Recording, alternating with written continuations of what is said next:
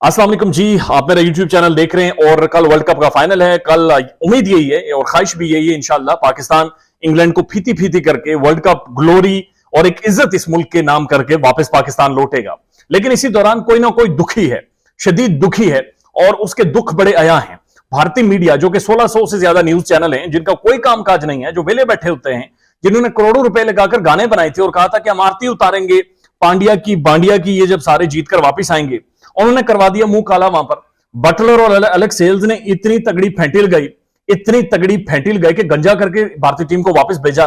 उसके बाद जो इंडियन न्यूज चैनल्स हैं वो बिल्कुल पागल हो गए, सठा गए, और उसके बाद जो उनकी रिपोर्टिंग है वो एक बिल्कुल एक दीवाने का ख्वाब महसूस हो रही है, एक सठाए हुए इंसान का ख्वाब महसूस हो रही है।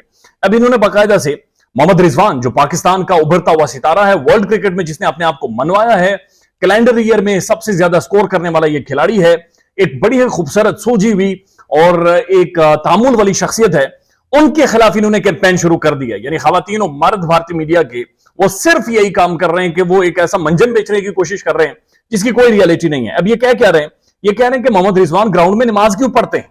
बुनियादी तौर पर वो ये कहना चाह रहे हैं, या उन्होंने बाकायदा से इसके ऊपर रिपोर्ट बनाकर पेश की है कि मौलानाओं की तरह मोहम्मद रिजवान कट्टर सोच की तकमील कर रहे हैं और आगे बढ़ा रहे हैं। यानी कि मौलानाओं की तरह मोहम्मद रिजवान क्रिकेट ग्राउंड में दीन की तरवीज करता है, दीन की तालीमात देता है। मजहब किसी का भी हो, वो उसका जाती मामला होता है और वो किसी भी जगह पर उसे मजहबी आजादी होती है। ये दुनिया भर में है कि वो अपनी जो मजहबी ऑब्लिगेशंस हैं उन्हें पूरा कर सके। मोहम्मद रिजवान के अंदर वो चीज नजर आती है। वो ग्राउंड के अंदर नमाज का वक्त होता है तो नमाज अदा करते हैं, 50 बनाते हैं तो खुदा करीम के आगे हाथ खड़े करके दुआ करते हैं।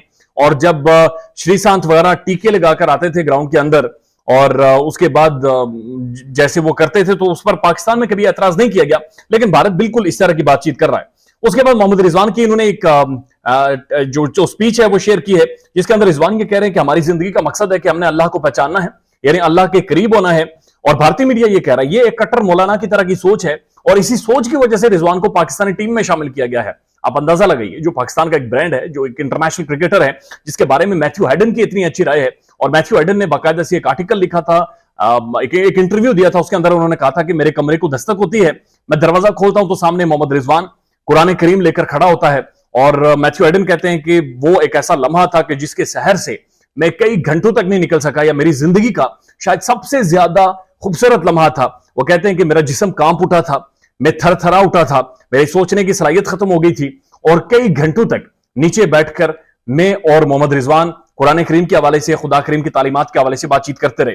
फिर उसके बाद वकार यूनुस की एक स्टेटमेंट चलाते हैं और जिसके अंदर वकार यूनुस ये कह रहे हैं कि रिजवान की खूबसूरती ये है कि ना सिर्फ वो परफॉर्म करते हैं ग्राउंड में, बल्कि उन्होंने एक मैच के दौरान ग्राउंड में खड़े होकर नमाज पढ़ी और हिंदवाओं के बीच में खड़े होकर उसने नमाज अदा की। भारतीय मीडिया ये कह रहा है कि ये सोच परवान चढ़ाई जा रही है और ये क्रिकेट ग्राउंड के थ्रू एक इस्लामिस्ट सोच को परवान चढ़ाया जा रहा है और इसके ऊपर वो शदीद तनकीद कर रहे हैं, रिजवान के हवाले से बातचीत कर रहे हैं। बुनियादी तौर पर दुख है क्रिकेट की नाकामी का, दुख है आईपीएल के काले धन और 2 नंबर पैसे का, दुख है कि उनकी टीम फ्लॉप हो गई है, दुख है कि इंटरनेशनल फोरम पर गंजा करके इन्हें मारा गया है, इन्हें गंजा करके काले टीके लगाकर वापस भेजा गया है। और जो करोड़ों रुपए लगाकर गाने बनाए गए थे और जो आरतियां उतारनी थी, जो नाच गाना करना था, जो डांस करना था, जो बॉलीवुड ने रक्स करना था, जो लगान जैसी मुख्तलिफ फिल्में बननी थी, जो फिल्म के अंदर क्रिकेटर्स बनाते थे, MS धोनी बनानी थी, वो सारी चीजें हो गई हैं फिजल आउट, वो सारी चीजें हो गई हैं फीती फीती और हवा में तहलील हो गई हैं, उनकी कोई रियलिटी नहीं है, वो सारी चीजें खत्म हो गई हैं। तो उसके बाद इनके पास वाहिद चीज बची है